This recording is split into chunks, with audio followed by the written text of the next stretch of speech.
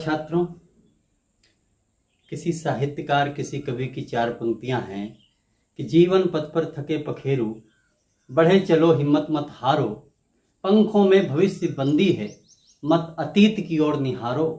और जीवन के पथ पर चलने को धरती कम आकाश बहुत है। जीवन के पथ पर चलने को धरती कम आकाश बहुत है।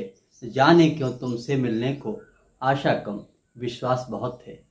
आप अपने मन में विश्वास धारण रखिए। और एक बहुत बड़ी बात है कि आपकी आयु अभी अल्प है।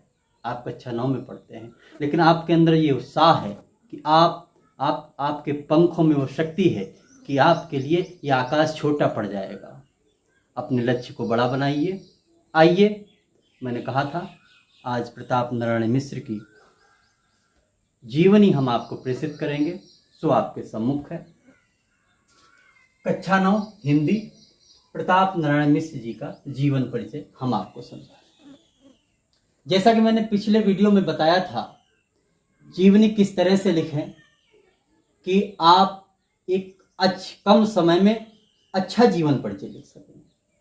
उसी के अनुसार मैंने बताया था 4 भागों में जीवन परिचय जीवनी लिखते हैं। पहला जीवन परिचय, दूसरा साहित्यिक परिचय, तीसरा भाषा शैली और हिंदी साहित्य में स्थान। आइए प्रताप नारायण मिश्र जी के विषय में हम जानते हैं। जीवन परिचय। पंडित प्रताप नारायण मिश्र जी का जन्म उन्नाव जिले के बैजे नामक ग्राम में सन 1856 ईस्वी में हुआ था। याद रखिए, प्रताप नारायण मिश्र कवि भी थे और लेखक भी थे। इनके पिता का नाम पंडित संकटा प्रसाद मिश्र जी, जो कि एक ज्योतिषी थे। प्रारंभिक शिक्षा कानपुर में ही प्राप्त की तथा स्वाध्याय से ही कई भाषाओं का ज्ञान अर्जित कर लिया। स्वाध्याय का तात्पर्य हम पिछले वीडियो में बता चुके हैं। स्वाध्याय से तात्पर्य होता है बच्चों कि वह शिक्षा, वह ज्ञान जो आप घर पर पुस्तकों के माध्यम से अर्जित करें, प्राप्त करें। स्वाध्याय आप स्वयं प्राप्त करते हैं, स्वयं अध्ययन करते हैं।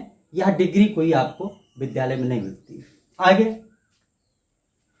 स्वाध्याय से ही कई भाषाओं का ज्ञान अर्जित किया। इनका व्यक्तित्व और एक कमाल की बात है, बहुत से साहित्यकार जिन्हें आप पढ़ते हैं, उनमें से बहुत से ऐसे साहित्यकार हैं जिन्होंने कोई बहुत बड़ी डिग्रियां नहीं हासिल की, फिर भी उन्हें आप पढ़ते हैं। आगे चर्चा करते हैं। इनका व्यक्तित्व कवि एवं लेखक दोनों रूपों में उजागर हुआ। ये कवि भी थे, व्यक्तित्व और आपके लेखक भी थे। आगे आपने ब्राह्मण तथा हिंदुस्तान पत्रिका का संपादन किया। 2 पत्रिकाओं का इन्होंने संपादन किया, उनमें से एक ब्राह्मण थी, दूसरी हिंदुस्तान पत्रिका थी। ठीक है। उसके बाद में साहित्य सेवा करते हुए मात्र 38 वर्ष की अवस्था में आप स्वर्ग सिधार गए, स्वर्गवासी हो गए। इसके बाद में हम साहित्यिक परिचय लिखेंगे। साहित्यिक परिचय में सबसे पहले कृतियां, ये जो हेडिंग है आप नीचे डालेंगे। कृतियों में हमने बताया था साहित्यिक परिचय में रचनाकार ने कौन कौन सी रचनाएं लिखी, लेखक ने कौन कौन सी कृतियां लिखी, कौन कौन सी पुस्तकें लिखी, उनका परिचय देते हैं। तो सबसे पहले निबंध संग्रह प्रताप पीयूष, निबंध नवनीत और प्रताप समीक्षा, ये निबंध लिखे। अगला नाटक हठी हमीर, कलि प्रभाव, कलि कौतुक और गौ संकट। गौ संकट बहुत लोकप्रिय इनका नाटक है। काव्य अर्थात काव्य संग्रह भी इनके प्रकाशित हुए हैं। उनमें श्रृंगार विलास, मन की लहर, प्रताप लहरी, प्रेम पुष्पावली, 1-2 काव्य रचनाएं और भी हैं, समय मिले आप उनको भी लिख लीजिएगा। आपको याद सारी रचनाएं करनी है। इनमें हम संक्षिप्त करने के लिए आप जीवन परिचय चूंकि 80 शब्दों में आता है, इसलिए हम कुछ कम लिख रहे हैं, लेकिन आपको याद सारी रचनाएं करनी है। आगे काव्य श्रृंगार विलास, मन की लहर, प्रताप लहरी और प्रेम पुष्पावली। उसके बाद में प्रहसन, ज्वारी खुआरी, समझदार की मौत, 2 प्रहसन हैं इनके। अनुदित बच्चों उसे कहते हैं जो किसी अन्य भाषा से किसी दूसरी भाषा में अनुवाद किया जाए। इन्होंने बंकिम चंद्र चटर्जी की रचनाओं का अनुवाद किया है और राजा सिंह की रचनाओं का, जिसमें इंदिरा और राधा रानी का अनुवाद किया है।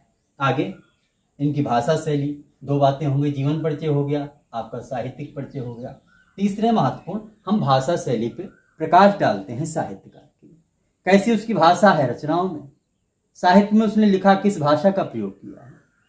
और हम प्रताप नारायण की अगर हम भाषा शैली की बात करें तो आपने अपनी रचनाओं में बोलचाल की भाषा, आम बोलचाल जो आप बोलते हैं, इसी भाषा का प्रयोग किया। संस्कृत, उर्दू, फारसी ग्रामीण शब्दों का बेझिझक प्रयोग किया, और इतना ही नहीं, मुहावरों का भी इन्होंने प्रयोग किया, इनकी भाषा में मिलते हैं। कहीं कहीं ग्रामीण शब्दों की भी भरमार पड़ी हुई है इनकी रचनाओं में। इसके बाद में इनकी हास्य व्यंग प्रधान शैली थी। शैली लिखते हैं, शैली हर रचनाकार की, हर लेखक की अपनी अलग होती है। प्रताप नारायण मिश्र जैसे कि एक बात आपका निबंध है, ये हास्य व्यंग प्रधान शैली है। हास्य व्यंग प्रधान शैली तथा विचारात्मक शैली का इन्होंने प्रयोग किया। अब हिंदी साहित्य में स्थान क्या है आपका, इसके अंतर्गत हम लिखेंगे, आप उच्च कोटि के कवि तथा निबंधकार थे। हिंदी के प्रचार प्रसार में आपका उल्लेखनीय योगदान रहा। ठीक है, बहुत साधारण सी बात है, इसमें बहुत ज्यादा प्रेशर न डालिए दिमाग पे। एक कहानी की तरह एक उत्सुकता पैदा करिए कि हम किसी लेखक को, किसी साहित्यकार को जानेंगे, जानना चाहते हैं। यह सोच कर, यह विचार करके जब आप उसकी जीवनी लिखेंगे, उसके विषय में जानना चाहेंगे, तो याद करना बहुत आसान हो जाएगा। धन्यवाद। आज का वीडियो यहीं तक। आशा है ये आप तक पहुंचेगा और इसको आप तैयार कर लेंगे।